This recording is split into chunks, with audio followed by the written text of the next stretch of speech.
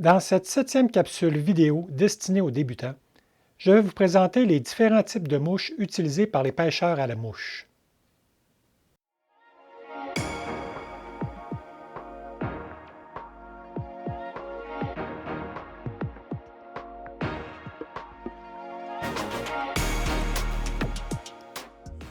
Dans les capsules vidéo précédentes, j'ai fait un survol de l'équipement et des accessoires requis pour pratiquer la pêche à la mouche. Dans cette vidéo, je vais vous présenter les différents types de mouches. La science qui étudie les insectes s'appelle l'entomologie. Certains pêcheurs à la mouche ont des connaissances très poussées dans ce domaine. Le but n'est pas de vous présenter les différentes familles d'insectes, mais plutôt de faire une courte introduction sur les types de mouches. Les leurres utilisés par les pêcheurs à la mouche sont effectivement appelés mouches. Mais en plus de représenter des insectes, ils peuvent aussi représenter des poissons, des crustacés, des souris, des grenouilles et autres. Les mouches qui imitent les insectes existants sont appelées des mouches imitatives. D'autres ne représentent aucun insecte, mais c'est plutôt la forme ou les couleurs qui vont intéresser les poissons. On les appelle alors les mouches attractives. Il existe plusieurs milliers de modèles de mouches documentés pour la pêche à la truite, à l'achigan, au brochet, au saumon et aux autres espèces de poissons. Il peut donc devenir difficile pour un débutant de choisir quelle mouche utiliser. Dans cette vidéo, je vais expliquer les différents types de mouches et dans la prochaine vidéo, je vais vous proposer quelques modèles de mouches par espèce de poisson. Dans un premier temps, je vais aborder les mouches pour la pêche à la truite. De façon générale, le cycle de vie des insectes peut être résumé par les stades suivants. Au premier stade de leur vie, les insectes vivent au fond de l'eau, sous les roches et sur les plantes aquatiques. Les insectes vivent la grande majorité de leur existence à ce stade, parfois plus d'1 an. Pour représenter ces insectes, les pêcheurs utilisent un type de mouche que l'on appelle les nymphes. Voici quelques exemples de nymphes.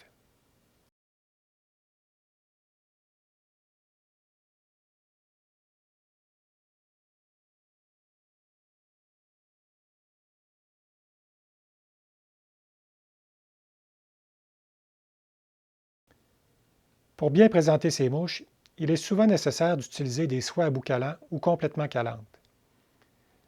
L'utilisation de plomb fendu sur le bas de ligne peut aussi aider à atteindre la profondeur désirée. En plus, certaines nymphes peuvent être fabriquées avec un sous-corps plombé et une tête plombée pour caler plus rapidement. Lorsque les nymphes ont atteint le stade adulte, elles quittent le fond des cours d'eau pour remonter vers la surface. Dans ce déplacement du fond vers la surface, les pêcheurs utilisent des mouches noyées pour les imiter. En voici quelques exemples.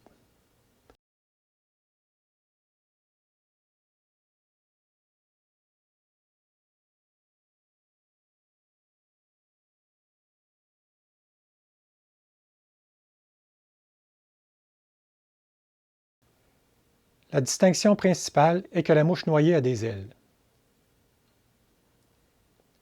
Dans le dernier stade, les insectes flottent à la surface de l'eau pour faire sécher leurs ailes et éventuellement pondre leurs œufs.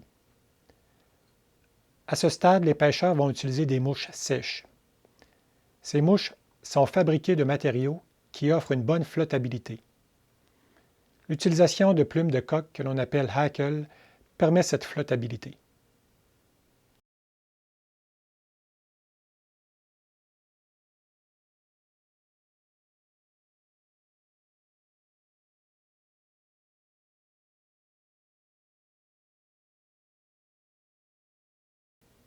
Lorsqu'ils ont pondu leurs œufs, les insectes ont terminé leur cycle de vie. Ils remontent habituellement à la surface de l'eau et les truites s'en nourrissent. Certaines mouches sèches imitent les insectes morts à la surface comme celle-ci. Les ailes sont alors installées de chaque côté du corps de la mouche. Plus tôt, j'ai mentionné que les leurres utilisés par les pêcheurs à la mouche peuvent aussi représenter des petits poissons. Cette catégorie de mouches est appelée des streamers. Elles peuvent se pêcher à toute profondeur, que ce soit près de la surface, entre deux eaux ou près du fond. Elles sont très efficaces pour leurrer les grosses truites. Voici quelques exemples très populaires.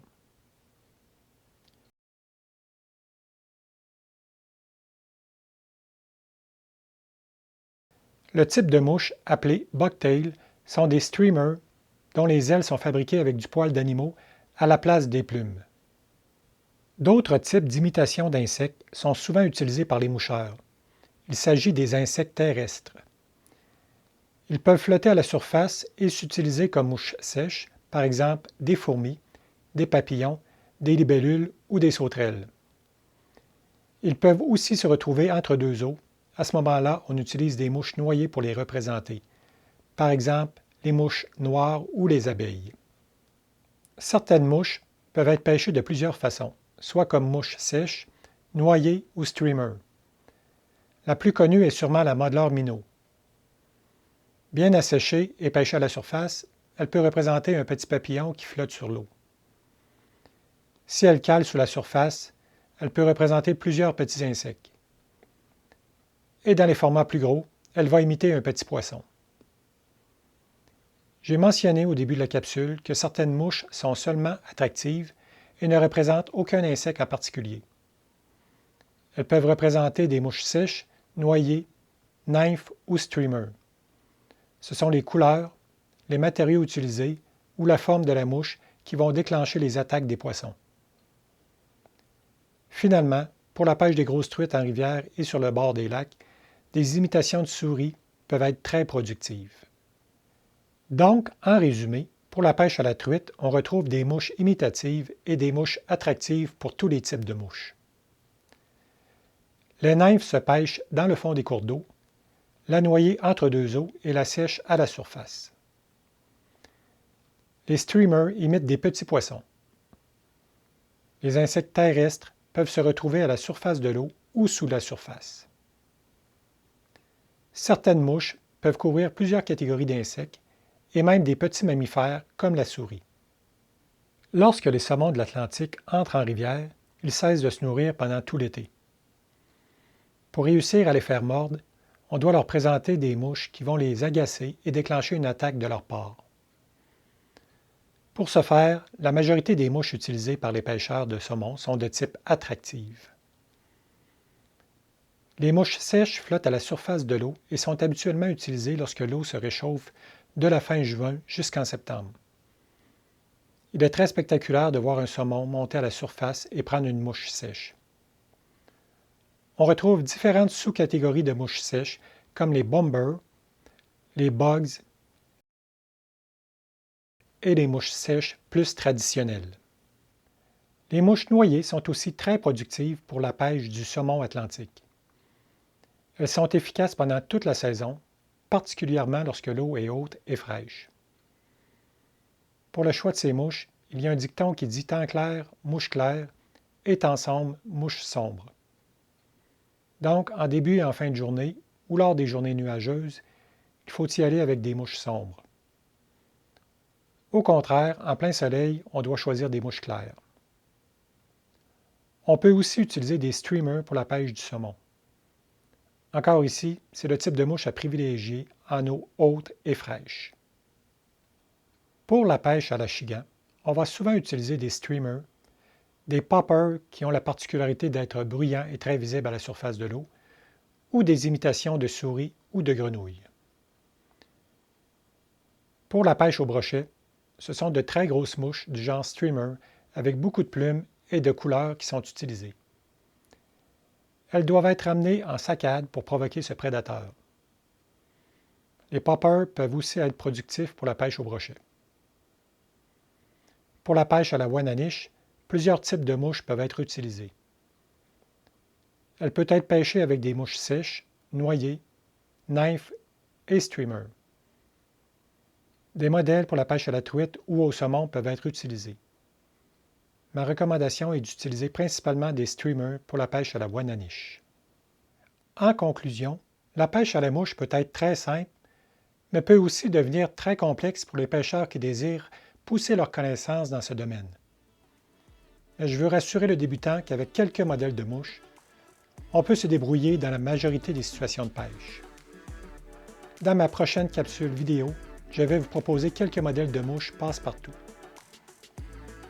Donc, je vous invite à vous abonner à ma chaîne YouTube pour pouvoir visionner mes vidéos de pêche à la mouche et me faire des commentaires. Comme toujours, vos commentaires sont les bienvenus. N'hésitez pas à me faire part des sujets qui vous intéresseraient pour des futures vidéos.